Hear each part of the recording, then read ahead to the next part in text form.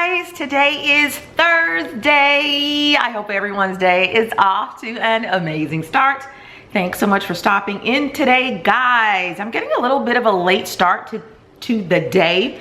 So I know here lately I've been coming in when I've been making my coffee, but I've already had my coffee for today. And right now I'm having my little, what I call brunch, just a little oatmeal with bananas. So good. So how do you guys make your oatmeal? And are you pretty particular about how you make your oatmeal? I am somewhat of an oatmeal snob. I'm really particular about my oatmeal. So this, I guess, will be a little bit of an oatmeal tutorial. All right, so the first thing I do, I take my almond milk here, and this is roughly 1 cup. Go ahead and put that in. I know a lot of people like to use water or just, you know, regular skim milk in their oatmeal, but I love the Almond Breeze vanilla almond milk because I don't add any extra sugar to my oatmeal, and so adding in the vanilla almond milk gives it a really nice flavor. I think the water makes it taste really bland. All right, however, I do, after I add in my 1 cup of almond milk, I add in about a tablespoon of water. Okay, then because this is just, you know, your regular rolled oats oatmeal, there's no, you know, other flavorings or anything in there, so I like to add a little bit of cinnamon to the water or to the milk. Okay, and you guys know that when you are boiling milk, you have to really stay there and watch it because it will start to bubble over really fast, as this is doing. I also put in a dash of salt. Okay, so you do not want to walk away when you are making, or, you know, boiling your milk. I give that a little stir. I go ahead and I add in my oatmeal. This is about a 1/2 cup of oatmeal. Stir it in. I really like my oatmeal to be thick and a little crunchy. While my oatmeal is cooling off a little bit back there, I'll go ahead and slice up my bananas. I love a really good ripe banana. They are just so nice and sweet. And what I do too, if I haven't had an opportunity to use up my bananas and they're starting to, you know, darken up a bit, I will just place them in a Ziploc bag and place them in the freezer. I actually have an area here in the freezer where I keep the items for both my oatmeal and my smoothies. I have my spinach in here, and I also have my bananas because, as I said, I really like overripe bananas in my oatmeal and both my smoothies. They just really help to make it nice and sweet. And as you can see, I have some that are already peeled here. This was actually a suggestion from one of you guys, so thank you. You actually suggested that I take the peels off of my bananas and kind of slice them up before I freeze them. So here we have those here, and you kind of suggested that to me because what I have to do when I want to reach for one of these bananas is I have to kind of thaw it out in the microwave and then take the peel off. But it's kind of messy, but it's okay. But this way right here is a lot. This is a lot better. And so what I usually do is I'll take 1/2 of the banana slices and place them in the bottom of my bowl. Yes, guys, this is a science, okay? This is a science. All right, I place those in there. Not a whole lot, but it's nice and thick. You guys know that oatmeal is really filling. All right, I scoop that in there. And then I just go ahead and place my other bananas in there. I love on my lower calorie days to make my dishes look really pretty. You guys know that we taste our food with our eyes first, and so I think if it's really pretty, it makes it even nicer to eat. And I'm also having a little bit of water here in my Starbucks cup. You guys remember, was it last summer that these cups were like everywhere? You had to have a Starbucks cup, and I actually purchased 2 of them. So having my oatmeal and my water, watching a little bit of CC Olisa. I will leave her link below. I love her. All right, so she's a New York blogger. I want to say she is the co-founder of CurvyCon, and her spirit, her just drive for life is just amazing. If you've never heard of CC Olisa, I will again leave her leave the link for her channel somewhere on the screen, if not below in the description box. But she has the motto, she has a motto, and I just love it. It is, and CC, if you watch this, don't kill me, but it is, don't wait on your weight to live the life you want. And it is so true. I know so many of us in 2019 are trying to level up, and leveling up could be, you know, you're wanting to go after a new job, a new career, you want that relationship, but you've been a bit apprehensive about it because of your weight.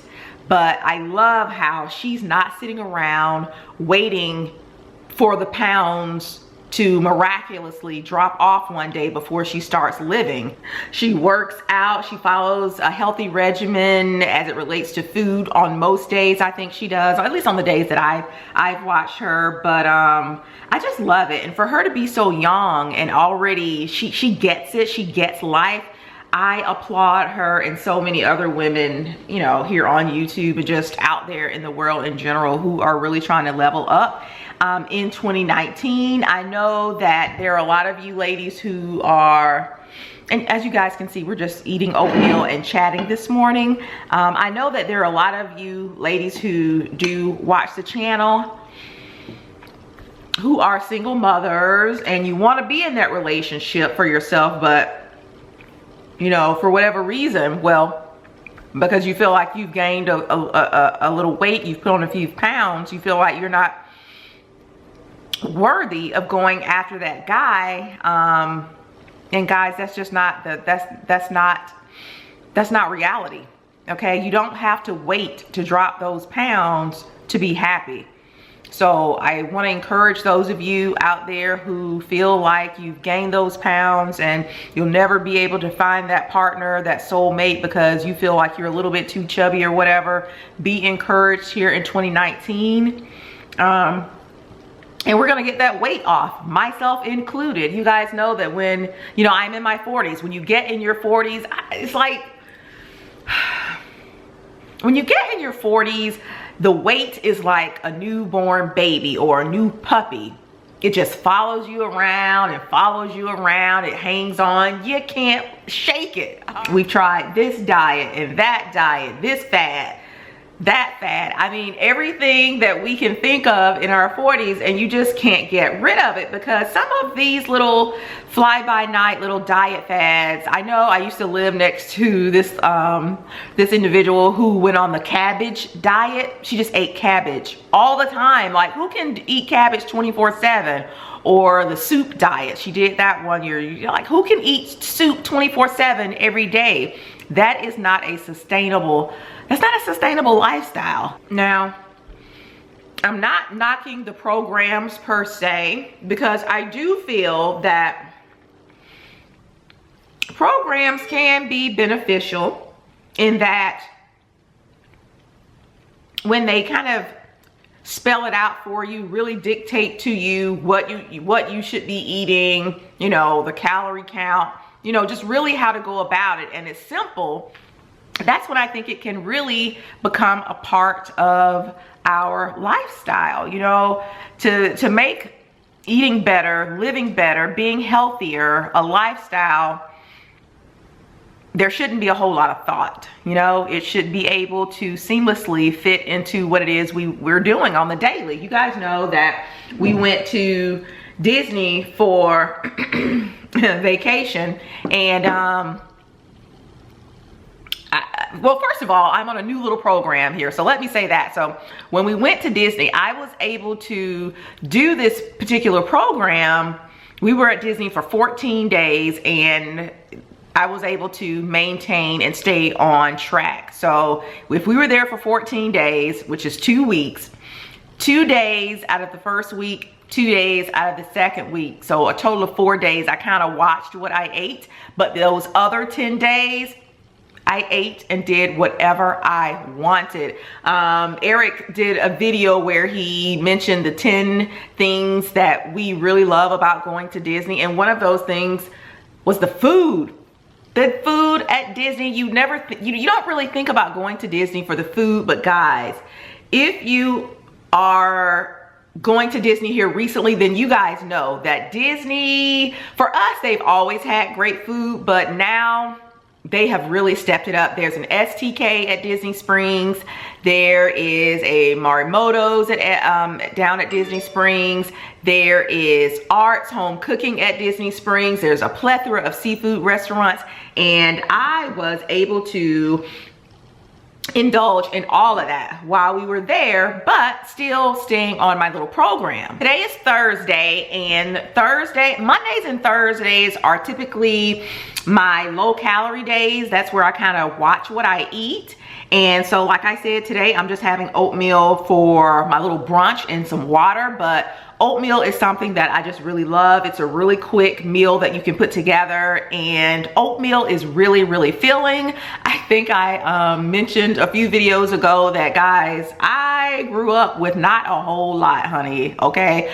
I can remember eating oatmeal breakfast, lunch, and dinner. My mom did that because she knew it was really filling. I didn't have a lot, but I didn't really go hungry because, you know, my mom was old school. You know, she was raised by her grandmother. So, you know, those old women, they know how to get that food in you, that food that's gonna stick to your ribs, and you know, you're not gonna go hungry. So anyway, that is one of the reasons that I love oatmeal, okay? And so with that, I'm losing my train of thought here, but oatmeal is something that I would typically eat anywhere. So it's not going to be a stretch.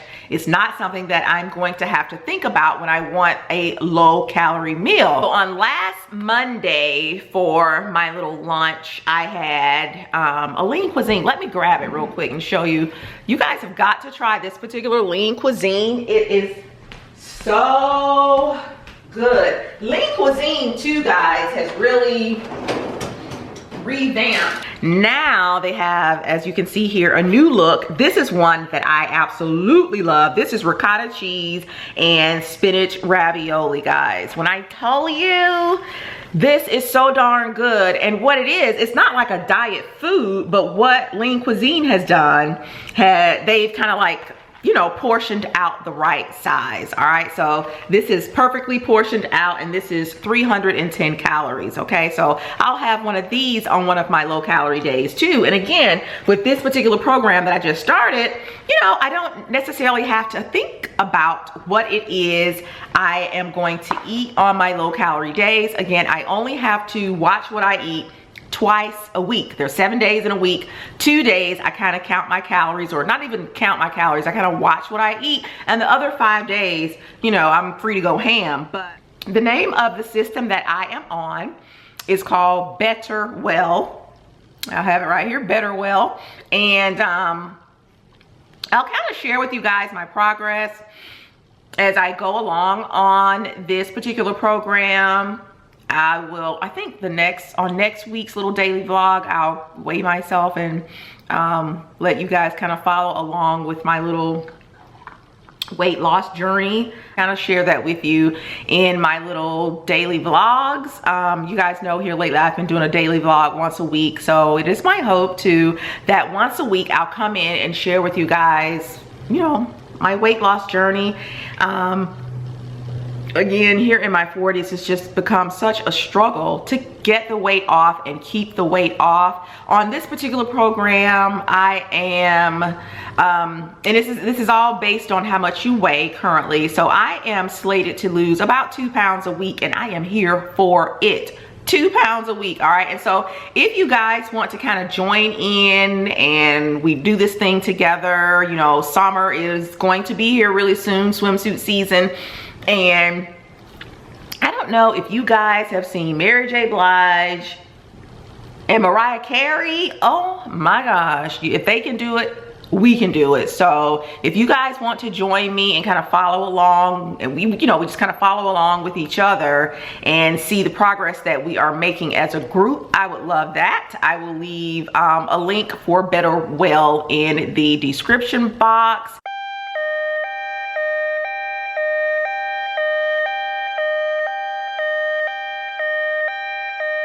You know, 2 pounds a week, depending on your weight, I think it's a healthy way to drop the pounds. Again, you're not starving yourself. You're only really, you know, watching what you eat 2 days a week, as opposed to completely drastically changing your whole eating lifestyle, if you will. So again, the link will be below. There is no app. You can actually pull your account up here on your phone, or you can use your iPad, or oh my gosh, this is Eric's iPad, by the way. All these little dirty fingerprints, I probably shouldn't even be using it. He's much better now, by the way. But you will also have a virtual coach. Your virtual coach is going to kind of set your caloric intake on your low calorie days and just kind of track and monitor your progress. So again, you don't need an app. Just go ahead and click on the link in the description box if you want to kind of do this together. There is a monthly charge of $4.99, roughly a Starbucks coffee, to lose 2 pounds a week. If you feel like you just can't lose the weight for whatever reason, it's not working out for you, you do get a full refund. So for $4.99, if it doesn't work for you, you get a full refund. You know, why not go ahead and give it a try? So I'm in here doing it. I want you guys to kind of follow along with me. Let me know if you choose to do it. Okay, don't forget to click that link.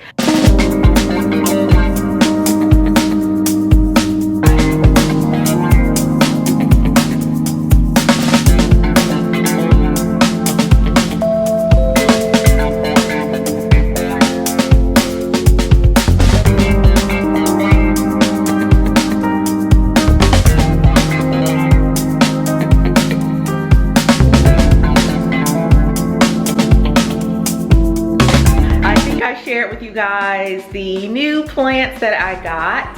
I actually purchased 2 fig leaf plants, I think they are called, from Home Depot, and I got them at a really good price because they were in kind of a bad way, but they are coming along. And I shared with you guys, I think I was potting them up on last week, but I forgot to come in and share their new home. All right, so here's this one here in the dining room. This is just coconut, I think like a coconut planter that I put around it just to, you know, make it a little bit more aesthetically pleasing, so that you're not just looking at soil when you kind of peer over into the pot.